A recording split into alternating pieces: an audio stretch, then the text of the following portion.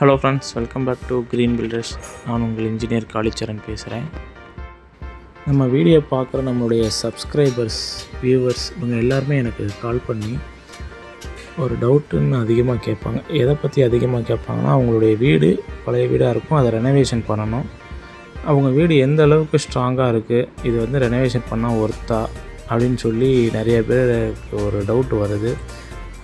இன்னொன்று வந்து அவங்களுடைய வீட்டு ரெனோவேஷன் வீடு ஒர்க் நிறையா இருக்கும், அது எதிலிருந்து ஆரம்பிக்கிறது அப்படிங்கிற மாதிரியான டவுட் அவங்களுக்கு நிறையா இருக்குது.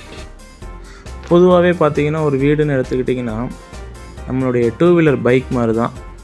வருஷத்துக்கு ஒரு மெயின்டெனன்ஸு, இல்லை ஒரு 4 வருஷத்துக்கு ஒரு பெயிண்டிங்கு, இல்லைனா ஒரு 15 வருஷத்துக்கு ஒரு ஒயரிங்கு, இந்த மாதிரியான ஒவ்வொரு வேலைகளை வந்து நெசசரியாக தேவைப்படும். அந்த வீடு லைஃப் லாங் இருக்கணும் அப்படின்னா மெயினாக வந்து பார்த்திங்கன்னா எக்ஸ்டீரியர் பெயிண்டிங் வந்து ரொம்ப இம்பார்ட்டண்ட்டு. அது வந்து யாருமே சரியாக அவேர்னஸ் இல்லை.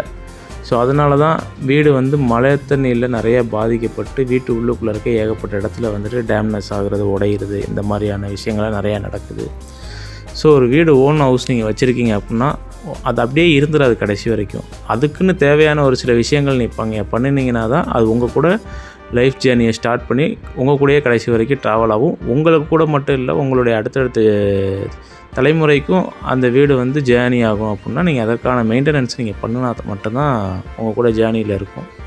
இல்லை அப்படின்னா ஒரு நீங்கள் ஒரு 4 வருஷம் 5 வருஷத்துக்கு ஒருக்க பண்ண வேண்டிய மெயின்டெனன்ஸ் வந்து சின்னதாக இருக்கும், வேல்யூவும் சின்னதாக தான் இருக்கும். பட் ஆனால் நீங்கள் அதெல்லாம் பண்ணாமல் ஒரு 10 வருஷம் 12 வருஷத்துக்கு ஒருக்க நீங்கள் பண்ணும் பொழுது அதோடய மெயின்டெனன்ஸ் வந்து பார்த்திங்கன்னா காஸ்ட் வைஸ் அதிகமாகும். ஏன்னா எல்லா ஒர்க்கும் சேர்ந்தாப்பில் வந்துருச்சு அப்படின்னா கிட்டத்தட்ட நீங்கள் அந்த வீட்டுக்கு ஒரு 40-45% வந்து நீங்கள் மணி எக்ஸ்பென்ஸ் பண்ணுற மாதிரி வந்துடும். ஓகே ஃப்ரெண்ட்ஸ், நான் அதை உங்களுக்கு சொல்லணும்னு தோணுச்சு. இப்போ நீங்கள் உங்களுடைய வீடு வந்து ரெனோவேட் பண்ணணும், நீங்கள் திருச்சியில் இருக்கீங்க, உங்களோட வீடு ரெனோவேட் பண்ணணும் அப்படின்னா மறக்காமல் நீங்கள் எங்களை காண்டாக்ட் பண்ணுங்கள்.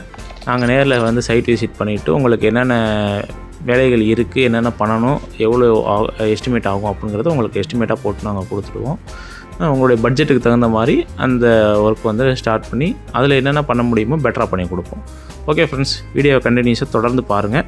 இந்த வீடியோவில் எதை பற்றி பார்க்க போகிறோன்னா, இப்போ நான் சொன்ன மாதிரி தான் ஒரு பழைய வீடு அவங்க நான் சரியாக கவனிக்காமல் விட்டுருந்தாங்க. அதை வந்து இப்போ நம்ம மெயின்டைன் பண்ணி அவங்களுக்கு வந்து ஹேண்ட் ஓவர் பண்ண போகிறோம். அதில் என்னென்ன வேலைகள் பார்க்குறோம் அப்படிங்கிறத நீங்கள் இந்த வீடியோவில் ஃபுல்லாக பார்த்தீங்கன்னா உங்களுக்கு தெரியும். இந்த ஸ்டெப்ஸ் வந்து பார்த்திங்கன்னா டோட்டலாக கீழே இருக்கிற கம்பி எல்லாமே துருவு பிடிச்சிருச்சு, இல்லை விழுகிற கண்டிஷன்ஸில் இருக்குது. அதை வந்து ரெனோவேட் பண்ண முடியாது. ஸோ அதுக்கு ஆல்டர்னேட்டிவாக பார்த்திங்கன்னா ஸ்டீல் ஃபேப்ரிகேஷன் பண்ணலான்னு அதை உடச்சி எடுக்கிறோன்னு பிளான் பண்ணிட்டோம். அதை இப்போ உடச்சிட்ருக்கோம். இதை உடச்சிட்டு இந்த இடத்துல வந்து ஸ்டீல் ஃபேப்ரிகேஷன் பண்ணுற மாதிரி நாங்கள் பிளான் பண்ணிட்டோம். ஏன் அப்படின்னா அதில் ஒரு ஸ்டெப்ஸ்ன்னு நீங்கள் போட்டிங்க அப்படின்னா காஸ்ட் வைஸ் அது கொஞ்சம் அதிகமாக செலவாகும். ரெண்டாவது ஸ்ட்ரக்சரல் வைஸ் வந்து பார்த்திங்கன்னா அந்த ஸ்டெப்ஸ் அதில் நிறுத்துறதுக்கான ஸ்ட்ரக்சரல் ஸ்ட்ரென்த் வந்து கொடுக்க முடியாது, ஏன்னா கம்பி அந்தளவுக்கு துரு பிடிச்சிருச்சு. ஸோ அதனால் நாங்கள் ஃபேப்ரிகேட்டில் பண்ணலான்னு டிசைட் பண்ணிட்டோம். ஃபேப்ரிகேட்டில் பண்ணும் பொழுது நீங்கள் எவ்ரி இயர் வந்து அதுக்கு வந்து பெயிண்டிங் வந்து கம்பல்சரி பண்ணி ஆகணும். பண்ணினீங்க அப்படின்னா ரொம்ப நாள் லைஃப் கிடைக்கும் அந்த ஃபேப்ரிகேஷன் ஸ்டெப்ஸு.